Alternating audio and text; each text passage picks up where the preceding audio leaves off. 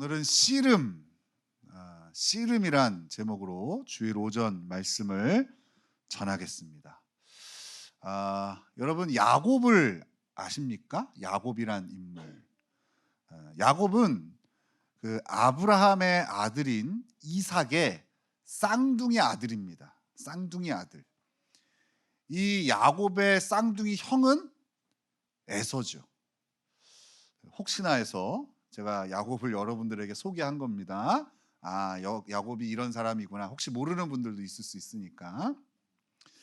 여러분, 그렇다면 야곱은요, 자기 스스로를 어떻게 소개할까? 왜 우리가 이제 처음 만나잖아요. 우리 교회도 행복 시작반 이렇게 하면 이제 서로 모르는 분들이 이렇게 들어오신단 말이에요. 나는 이제 어느 정도 알지만 서로 잘 모르니까 뭐 하죠? 자기 소개합니다. 자기 소개. 그래서 제가 먼저 소개하고 이렇게 하면 됩니다 하면서 이제 자기 소개 이렇게 돌아가면서 합니다. 야곱도 자기 소개를 한 장면이 있어요. 야곱이 나중에 그 아들 요셉 덕분에 애굽으로 이제 가게 되어져요. 그 애굽에서 바로 왕을 만나서 자기 소개를 하는데 그 장면을 제가 한번 소개해 드릴게요. 창세기 47장 9절인데 이건 제가 읽어 드릴게요. 창세기 47장 9절에 이렇게 돼 있어요. 야곱이 바로에게 아뢰되 내 나그네 길의 세월이 130년이니이다. 내 나이가 얼마 못 되니 우리 조상의 나그네 길의 연조에 미치지 못하나 험악한 세월을 보내었나이다 하고. 야곱은 자기를 소개할 때 어떻게 소개해요? 스스로를 험악한 세월을 보낸 인생이다, 이렇게 소개하고 있어요. 쉬운 성경에서는 이걸 이렇게 번역했더라고요. 고통스러운 세월을 보냈다. 야곱은 자기가 경험한 자신의 인생을 험악한 세월, 고통스러운 세월이라고 소개하고 있는 거예요. 근데 여러분, 이거 우리도 잘 붙이는 수식어 아닌가요? 험악하다 라고 딱 이름 붙이지는 않지만 그랑 뉘앙스가 비슷한 수식어를 써서 우리 인생을 여러분 소개하지 않습니까? 야곱은 왜 이리 힘들고 어렵고 고통스러운 인생을 살았을까? 우리 먼저 야곱의 인생을 좀 살펴보겠습니다. 자, 우리 이걸 한번 찾아볼게요. 창세기 25장 21절에서 22절이에요. 창세기 25장 21절에서 22절.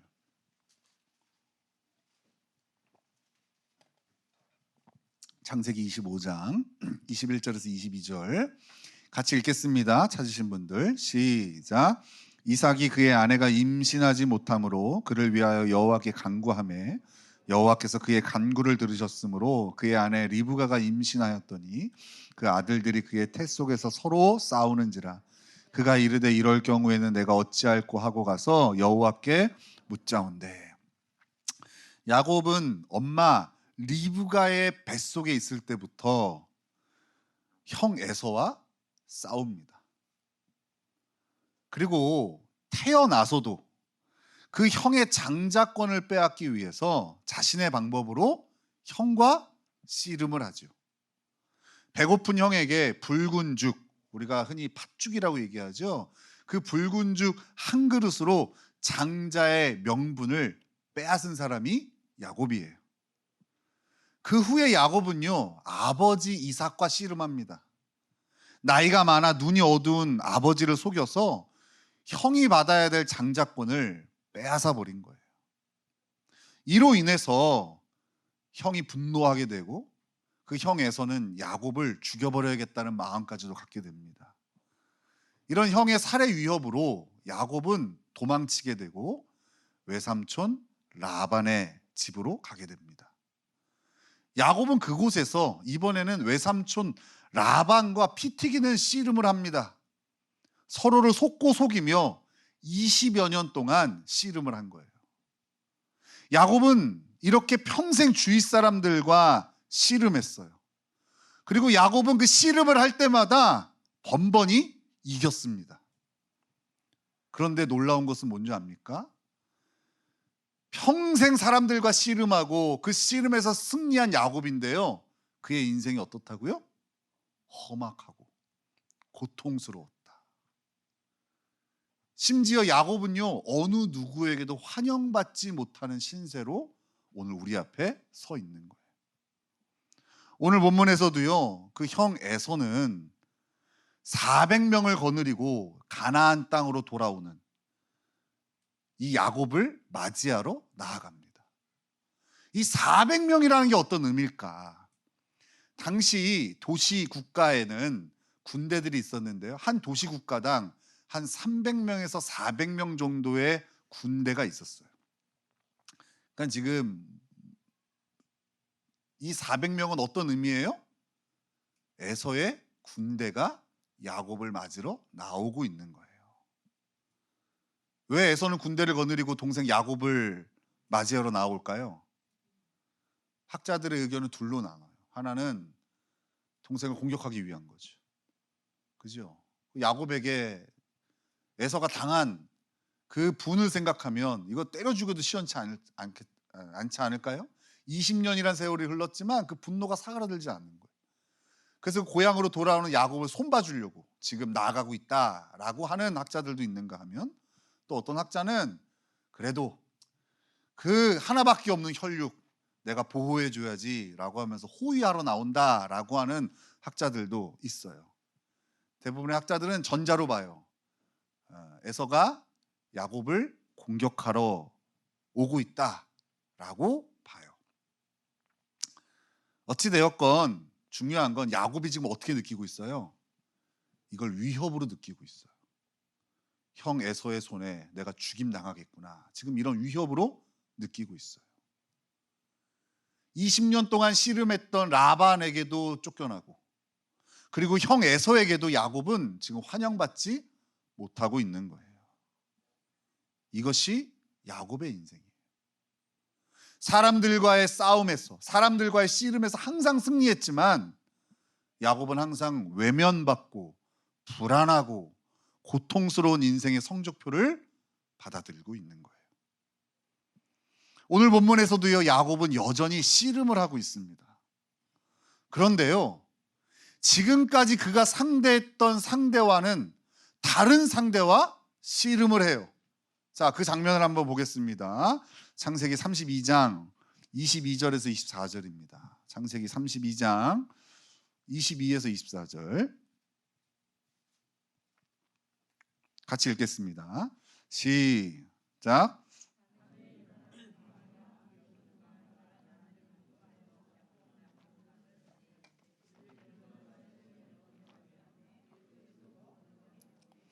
야곱은 홀로 남았더니 어떤 사람이 날이 새도록 야곱과 씨름하다가, 자, 야복 나루터에서 형 에서를 피해 가족들을 다 피신시키고 야곱은 혼자 남습니다.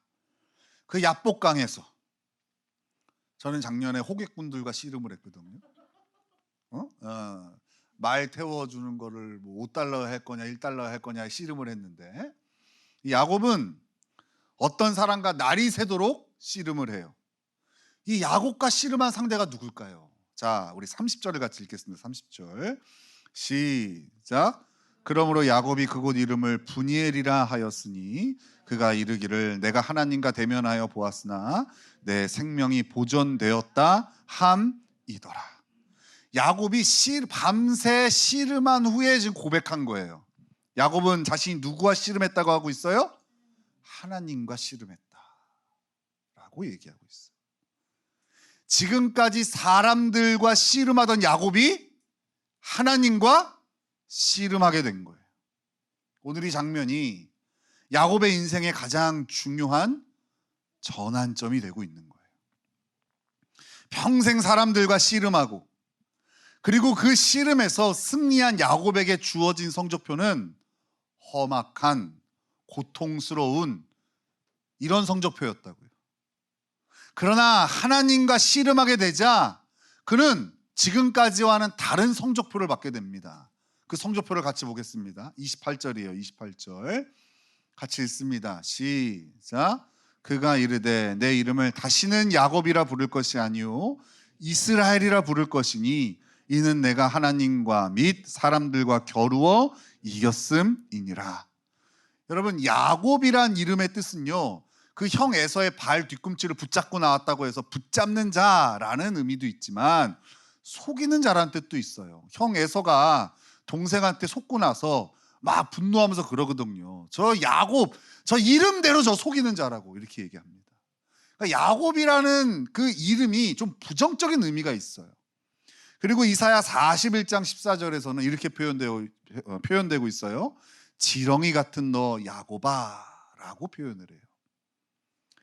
그러니까 이 부정적인 이름 야곱이 하나님과 씨름한 후 뭘로 바뀌어요?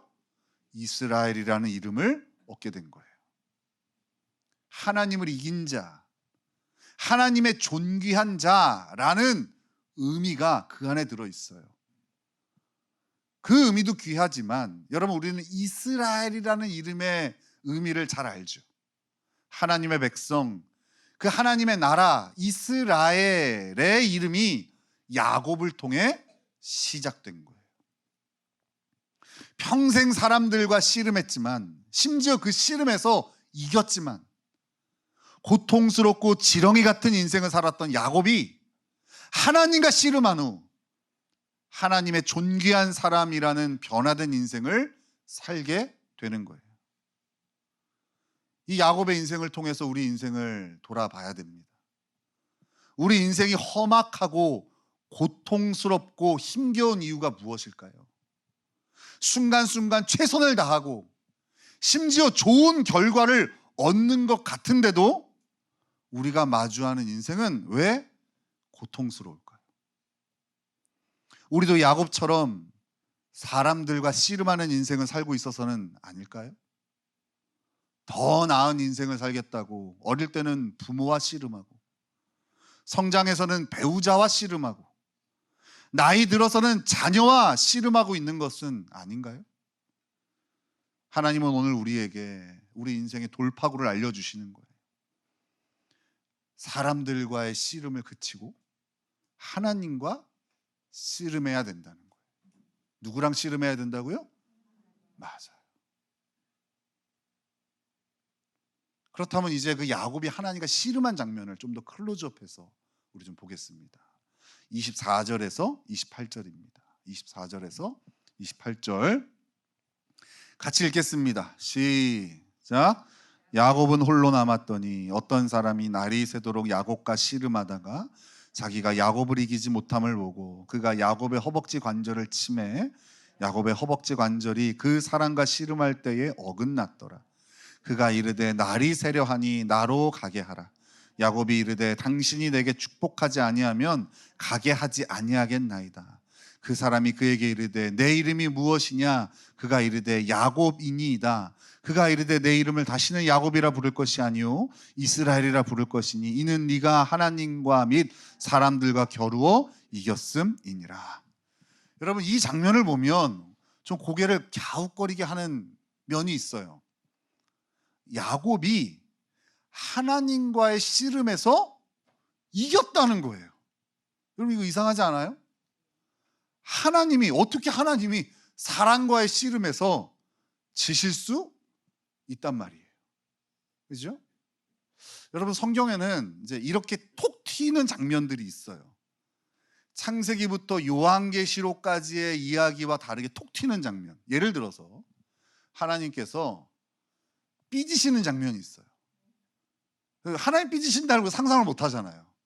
그죠? 우리 하나님, 자비의 하나님이고 사랑의 하나님이신 그분이 이스라엘 백성에게 삐지십니다. 그래서 모세한테 한탄을 해요. 야, 내가 이놈들 다 쓸어버려야겠어. 너만 살려두고 내가 이거 다 물갈이해야겠어. 이거 다 죽여버리고, 그리고 새롭게 내가 민족을 세워야겠어 라고 모세한테 털어놓습니다. 또 이 모세가 뭐라 그래요? 하나님, 그러면 안 됩니다. 하나님 약속하신 게 있지 않습니까? 그리고 하나님 여기서 그렇게 하면요 다른 사람들 하나님 욕합니다. 자기 백성도 책임지지 못하는 신이라고. 하나님께서요 그 모세한테 설득되어서 당신의 뜻을 거두세요. 여러분, 설득 당하시는 하나님, 이게요 성경 전체에 톡 튀는 부분이란 말이에요. 그러니까 이런 장면들을 볼 때에 우리가 절대로 그 장면만 보면 안 되고 전체 가운데에 그 장면을 봐야 돼요. 그러니까 그 능력의 하나님, 말씀 하나로 천지를 창조하신 하나님이 야곱에게 지셨다? 그죠? 우리 이것을 어떻게 봐야 될까? 자, 한번 제가 이 장면을 이렇게 설명을 해볼게요. 우리 하율이가, 우리 막내가 있어요. 막내 딸인데, 우리 하율이는 아빠한테 자주 씨름하자고 덤빕니다. 팔씨름을 하자고 할 때도 있고, 또 진짜 씨름을 하자고 할 때도 있어요. 우리 막내딸은 또래에 비해서 덩치도 크고 힘도 좋아요. 근데 그렇다고 여러분, 하율이가 아빠를 이길 수 있겠습니까? 하율이 아빠는 동년배 배 나온 아빠들하고 좀 달라요. 매일 100kg 이상씩 들면서 운동하는 헬스인이란 말이에요. 아무리 우리 하율이가 힘이 좋아도 아빠를 이길 수 있을까요, 없을까요? 근데 하율이와 씨름을 하잖아요. 그러면 전 꽤 오랜 시간 씨름을 해줘요. 넘어질 것 같다가 다시 일어나고, 요번에 하율이를 번쩍 들어서 메어칠 것 같다가 다시 들어 올리고, 이거 몇 번 하다가 결국 누가 이길까요? 우리 하율이가 이깁니다. 하율이가 이긴 건가요? 제가 져준 거죠. 하나님이 야곱에게 져주신 것이죠. 그런데 더 주목해야 될 장면이 있어요. 우리 25절 다시 한번 읽겠습니다. 25절 시작. 자기가 야곱을 이기지 못함을 보고 그가 야곱의 허벅지 관절을 치매 야곱의 허벅지 관절이 그 사람과 씨름할 때에 어긋났더라. 하나님이요, 야곱의 허벅지 관절이라고 표현했는데 옛날 성경에는 환도뼈라고 얘기를 해요. 그리고 다른 번역본에서는 이것을 엉덩이뼈라고 얘기를 해요. 그 허벅지 관절, 그 우리가 얘기하는 고관절, 그 엉덩이, 둔부 그쪽을 쳐서 지금 골절시킨 거예요. 여러분, 이 엉덩이뼈는요, 씨름하는 자의 힘의 균형을 유지하는 곳이잖아요. 여러분, 그래서 엉덩이 골절 뭐 이런 게 되어지잖아요. 그러면 그 사람 아무것도 못합니다. 아무 힘을 쓸 수가 없어요. 몸의 균형을 다 잃어버리는 거예요. 즉 하나님이 야곱의 엉덩이뼈를 치셨다는 것은 야곱의 모든 힘을 풀어버리셨다는 거예요. 야곱이 하나님 앞에 자신의 힘, 능력, 고집을 다 내려놓게 된 거예요. 여기서 우리는 하나님과의 씨름에서 승리했다는 것이 무엇인지를 깨달을 수 있어요. 하나님과의 씨름에서 승리는요, 우리가 하나님 앞에 무장해제되는 거예요. 하나님과의 씨름에서 승리한 건 뭐라고요? 우리가 그 앞에서 무장해제되는 거라고요. 야곱은 지금까지 자기의 수로 상대와의 씨름을 이겨왔어요. 그러나 야곱은 하나님과의 싸움에서 처음으로 무장해제되어 승리를 경험하게 돼요. 놀라운 사실은 이후로 야곱은 더 이상 누군가를 속이지 않아요. 오히려 바보처럼 속는 인생이 되어져. 그 아들들이 야곱을 갖고 놉니다, 완전히. 이리저리 거짓말하고 속이며 아버지를 농락하죠. 중요한 건 더 이상 이날부터 야곱은 사람과 씨름하지 않아요. 하나님과의 씨름에서 하나님 앞에서 무장해제되는 것이, 다른 말로 하면 무릎 꿇는 것이 진정한 승리라는 것을 맛본 이후 야곱은 변화되었다고요. 우리는 이 장면을 통해서 우리의 기도를 돌아봐야 됩니다. 여러분, 잘하는 기도가 어떤 기도일까요? 바로 하나님 앞에 무장해제되는 기도인 거예요. 나의 생각, 나의 고집, 나의 경험, 이런 것들이 하나님 앞에 다 무너지고 오직 하나님께 순종하는 마음으로 충만해지는 것이 좋은 기도이고 잘하는 기도인 거예요. 근데 우리는 이 씨름을 잘 안 합니다. 기도를요, 햄버거 집에 가서 주문하면 3분 만에 음식이 나오는 것처럼 생각해요. 패스트푸드라고 얘기하죠. 예전에, 지금은 안 그런데요, 예전에는요, 이게 여러 패스트푸드점들이 경쟁하다 보니까 이제 맥도날드에서요, 제가 대학생 때였는데 이런 광고를 했어요. 우리는 다른 데보다 빠르게 음식이 나옵니다. 바쁜 현대인들에게. 그래서 주문하잖아요. 뭐 예를 들어 빅맥 세트 주세요 하잖아요. 그러면은 모래시계를 거꾸로 딱 켜놔요. 그게 3분인가 그럴 거예요. 그 안에 자기네는 주문된 음식이 나온다는 거예요. 이건 기억하실지 모르겠는데. 근데 그게 얼마 안 있다가 사라졌어요. 왜 그럴까요? 일하는 사람들의 압박감이 너무 큰 거예요. 그 3분이 넘어가면 페널티가 있어요. 그러니까 그 정신 건강이 너무 안 좋아요. 요즘 말로 하면 공황장애가 오는 거죠. 멘붕에 빠지는 거죠. 그래서 그게 사라졌어요. 근데 어찌됐건 간에 패스트푸드는 우리가 이용하는 이유가 영양이 그렇게 좋지 않고 하더라도 빨리 음식이 나오고 빨리 배고픔을 해결할 수 있는 거잖아요.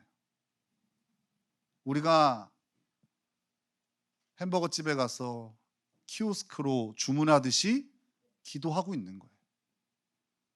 근데 하나님은 우리에게 오늘 이렇게 가르쳐 주시는 거예요. 기도는 씨름하는 것이란다. 이렇게 우리에게 가르쳐 주시는 거예요. 단번에 우리를 이기실 수 있는 하나님은요, 우리와 씨름을 해주시면서 우리의 힘을 다 빼주시는 거예요. 모난 성품, 왜곡된 마음, 고집된 인격, 이런 것들이 무장해제되도록 우리 하나님 우리와 오랫도록 씨름해 주시는 거예요. 예수님도 하나님께 이렇게 기도하셨다고 그래요. 땀방울이 핏방울이 되도록 기도하셨다고 그래요. 야곱이 하나님과 씨름한 것과 같은 거예요. 우리의 기도가요, 키오스크가 아닌 씨름이 되어야 돼요.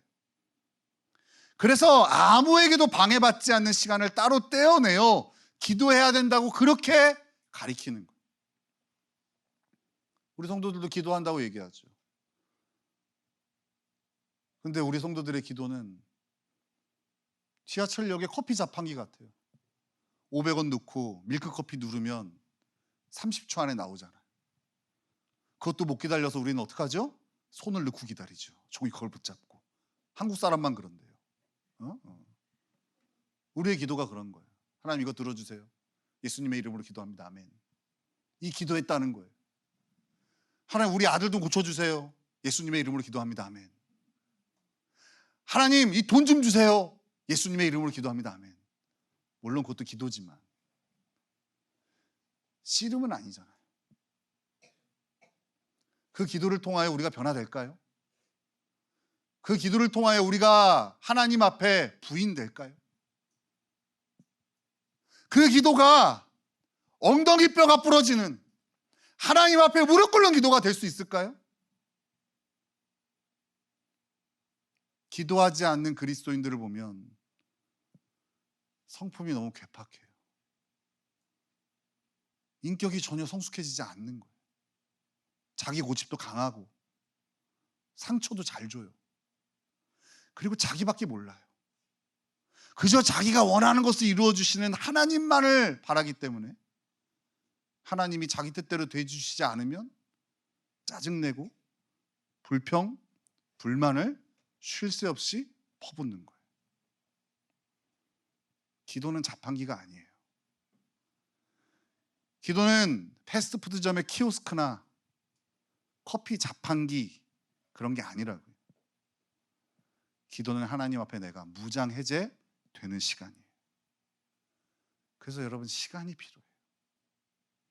오랜 시간 하나님과 씨름하며 엉덩이 뼈가 골절되는 내 고집이 무너지는 시간이 되어야 돼요.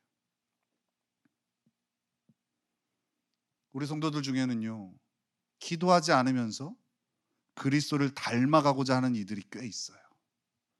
성숙하기를 바라지만 기도는 안 해요. 하나님의 사람으로 온전해지기를 원하지만 기도는 안 해요. 지금 나의 모습이 너무나 싫지만, 그래서 변화되고 싶지만 절대 기도에는 헌신하지 않아요. 분명히 말하지만 그거 욕심입니다. 지금 비트코인 오르니까 100만 원 들고 와서 10억 만들겠다고 하는 그 허황된 욕망과 다를 바가 없어요. 신앙생활은 그런 게 아니라고요. 야곱의 기도는요, 우리가 이 야곱이 하나님과 씨름한 이 장면을 통해서 우리는 이렇게 볼 수도 있죠. 야, 진짜 야곱, 우리도 야곱처럼 기도해야겠다. 야, 야곱은 진짜 우리랑 다른 사람이네. 야곱이니까 기도했지. 흔히 우리가 보는 습관대로 이 본문을 볼 수도 있죠. 근데 여러분, 우리가 24절도 주목해서 봐야 돼요. 24절 같이 읽겠습니다. 24절 시작. 야곱은 홀로 남았더니 어떤 사람이 날이 새도록 야곱과 씨름하다가. 여러분, 여기 보면은요, 홀로 남은 야곱이 갑자기 어떤 사람, 우리는 하나님인 걸 알죠? 하나님과 씨름했다라고 표현이 되어 있어요. 그런데 원문이나 아니면 영어 성경을 보면은요, 어떤 사람이 왔다고 표현되어져 있어요. 어떤 이가 나타나라고 표현되어 있어요. 이 얘기는 뭡니까? 야곱의 기도는요, 야곱이 시작한 게 아니라는 거예요. 그 야곱이 하나님과 씨름한 건 누구로부터 시작된 거예요? 하나님이 찾아와 주셔서 그와 싸움을 거신 거예요. 이 씨름은 하나님으로부터 시작된 거예요. 즉 하나님은 우리의 기도를 시작하게 하시는 분이라는 거예요. 하나님은 우리가 하나님의 사람으로 온전하게 되기를 누구보다도 가장 바라세요. 여러분 스스로가 온전해지는 것보다 우리 하나님 더 바라신다고요. 하나님은 우리가 가장 복되고 행복한 삶을 살기를 가장 바라시는 분이세요. 여러분이 원하는 것보다 훨씬 더 우리 하나님이 바라신다고요. 그래서 날마다 우리에게 찾아오셔서 우리와 씨름하자 하시는 거예요. 누가요? 하나님. 우리는 이 하나님의 초청에 응해야 돼요. 그렇죠? 근데 우리가 지금까지 그 초청에 얼마나 거절을 했는지 몰라요. 너무 바쁘니까, 너무 피곤하니까, 문제가 너무 산적하니까 하나님과 씨름할 여유가 없는 거예요. 그 하나님과 씨름하는 그 자리에 우리 인생의 정답이 있는데 사람들과 씨름하느냐, 그것 때문에 지쳐서 하나님과는 씨름하지 않는 거예요. 하나님이 날마다 초청하셔도 내일이 아닌 거예요. 전 지금도 제 어릴 때를 돌아보면, 제가 그때는 몰랐는데 돌아보니 우리 가정이 진짜 어려울 때가 있었더라고요. 진짜 어려울 때.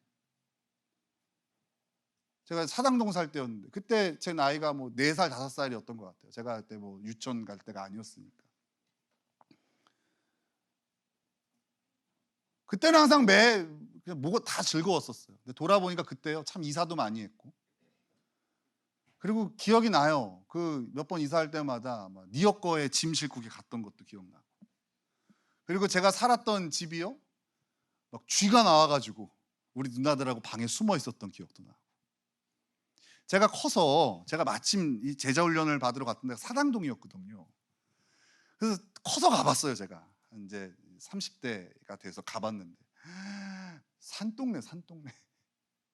여러분, 서울에서 가장 산에 집이 많이 지어진 곳이요, 전 사당동 같아요. 돌아보니 우리 가정이 제일 어려웠을 때, 그때는 우리 가정에서 아무도 그리스도인이 없었어요. 우리 어머님만 믿고 계셨어요. 그때 우리 어머님이요, 아버지 출근하시고 누나들 학교 보낸 후에 사당시장에서 아동복 장사를 하셨는데, 시장 나가시기 전에 매일 눈물로 방에서 기도하셨던 장면이 너무나 강렬해요. 내 5살, 4살 때 기억은 그거밖에 없어요. 지금은 이제 뭐 어린이집이 있으니까 뭐 무상보육해서 다 보내지만 그때는 그것도 아니었단 말이에요. 뭐 어린이집의 개념도 없었고, 유치원도 6살 때 갔는데 다 돈 내서 가는 거였으니까 그때는 제가 그냥 집에 엄마랑 있었단 말이에요. 4살 때, 5살 때. 아직도 기억나요. 우리 어머니 막 무릎 꿇고 울면서 기도하시는데 제가 옆에서 빙글빙글 돌고 막 왔다 갔다 하니까 기도하다 깨가지고 조용히 해, 시끄러워. 그랬던 기억이 지금도 나요. 이 어머님의 믿음의 유산이 오늘 저를 주의 종으로 자라겠다고 저는 생각해요. 그리고 저도 우리 자녀들에게 이 믿음의 유산을 물려주고 싶어요. 하나님과 씨름하는 아빠. 하나님과 씨름하며 날마다 변화되고 성장하는 아빠. 하나님은 오늘 그리고 내일 또 날마다 우리를 찾아오셔서 씨름하자 하세요.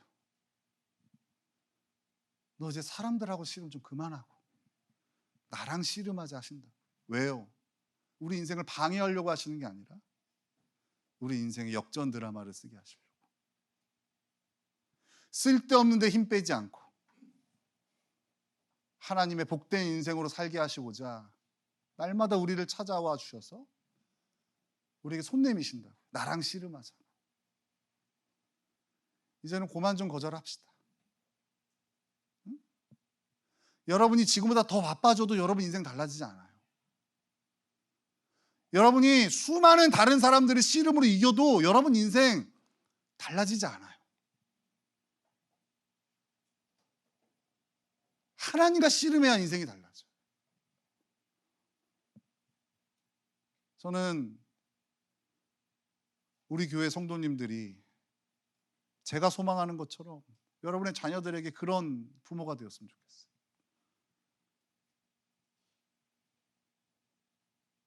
하나님과 씨름하여 그 앞에 무장해제돼요. 밖에 나가 누구와도 함께 할 수 있는 사람. 이런 사람도 품어주고 저런 사람도 품어주고 이런 사람도 이해해주고 저런 사람도 기다려줄 수 있는. 근데 하나님과 씨름하지 않으니까 눈만 높아져가지고 이 사람은 안 되고 저 사람은 안 되고 그러고 다니는 게 우리의 모습 아닌가요? 예수님이 십자가에서 모든 인생을 구원하시기 위해서 죽으셨는데 우리는 그 십자가 붙들고 산다고 하면서 왜 이 사람은 안 되고 저 사람은 안 되고 금을 긋고 살죠? 하나님과 씨름하지 않으니까 그래요. 하나님과 씨름해야 돼요. 여러분, 제가 왜 고난 주간에 특별 새벽 기도를 안 한 줄 아십니까? 그때만 특별하게 할까 봐 안 해요. 여러분, 이건 특별하게 할 일이 아니라 일상이 되어질 일이에요. 아무리 힘들고 피곤하고 바쁘고 문제가 많겠지만 하나님과 씨름하는 자리는 우리 인생이 되어져야 된다. 그거 없이 살았던 야곱의 인생을 보세요. 그걸 보고도 왜 그 길을 답습하냐.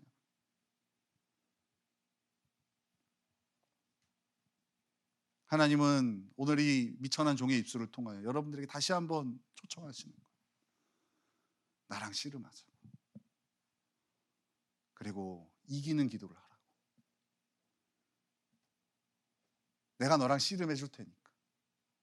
너의 모낭 성품, 너의 그 고집스러움, 너의 그 삶에 더럽고 추한 모든 것들 다 내버리는 자리가 되라고. 그리고 복된 인생을 살라고. 우리 주님 오늘도 우리에게 초청하시는 거예요. 간절히 소망합니다. 이 하나님의 초청에 아멘으로 반응하는 저와 여러분이 되시기를 예수님의 이름으로 축원합니다. 정말 아멘. 말로만 아멘이 아니라 정말 하루를 여러분 생각해 보세요. 여러분이 언제 시간을 낼 수 있어요? 언제 방해받지 않고 하나님과 씨름할 수 있겠냐고요. 어느 목사님이 그런 얘기 하더라고요. 새벽기도 한국에만 있다고. 근데 그거 아냐고. 한국 사람이 제일 바쁘다는 거예요. 이번에 기사를 봤더니요, 전 세계에서 가장 늦게 사는 나라 2위래요. 우리나라 가장 늦게, 늦게까지 바쁘다는 거예요. 근데요, 뭐 미국이나 호주나 이런 데는 왜 새벽 예배가 없냐면 5시면 다 끝난대, 일과가. 밖에 가게문 여는 데도 없대요. 그러니까 그들은 충분하게 자기 시간을 갖고 맘만 먹으면 하나님과 충분히 교제하며 누릴 수 있는 시간들이 오후에 다 있어요. 근데 우리는요, 하루가 시작되기 전, 사람들을 만나기 전 그 시간을 확보하지 않으면 하나님과 씨름할 수가 없어요. 그러니까 성도들이 다 기도한다고 얘기하면서 자판기 기도하고 있는 거예요. 그 씨름하는 시간이 내가 단련되고 내가 깎여지는 시간인데 편하게만 인스턴트로 신앙생활을 영위하려고 하는 거예요. 기억하셔야 돼요. 우리 젊은이들도 기도해야 되지만 예외라고 생각하면 안 돼요. 나이가 들고 신앙의 경력이 더 쌓일수록 더 많이 씨름하셔야 돼요. 제가 그런 걸 많이 느껴요. 제가 제자훈련을 시작한 지 17년이 됐고 담임 목사를 한 지 10년이 넘었어요. 갈수록 괜찮은 사람이 될 줄 알았더니 점점 더 고집스러운 사람이 돼가고 점점 더 나만 맞다고 생각하는 것들이 얼마나 많아지는지 몰라요. 살다 보니 서운한 것도 얼마나 많은지 몰라요. 티를 안 내서 그렇지 삐지는 것도 많고 속상한 것도 많고. 그래서 제가 느껴요. 더 하나님과 씨름해야 되는 거예요. 그런데요, 시간이 가고 연수가 늘어날수록 더 안 하는 게 뭔지 알아요? 기도더라고요. 기도. 신앙생활하면서 이거 배운 것 같아요. 기도하지 않고 하나님과 씨름하지 않고도 살 수 있는 방법을 배웠어요. 여러분, 제가요 돈 벌 수 있는 방법 알려드릴게요. 여러분 책을 하나 쓰세요. 기도하지 않고도 잘 사는 방법. 베스트셀러 됩니다. 정말로. 제목이 죽이지 않아요, 그죠? 그 전문가가 되어져 버린 거예요. 여러분, 하나님과 씨름해야 돼요. 저는 제가 어릴 때 경험했던 우리 집안의 어려움들, 저는 여러분도 그 못지 않다고 생각하거든요. 그 답은 사랑과의 씨름에 있지 않아요. 하나님과의 씨름에 있어요. 오늘 이 설교가 하나님과 씨름하는 자리에 우리의 발걸음을 옮기는 도화선이 되기를 예수님의 이름으로 축원합니다. 내일 새벽에 보기를 예수님의 이름으로 축원합니다. 했습니다.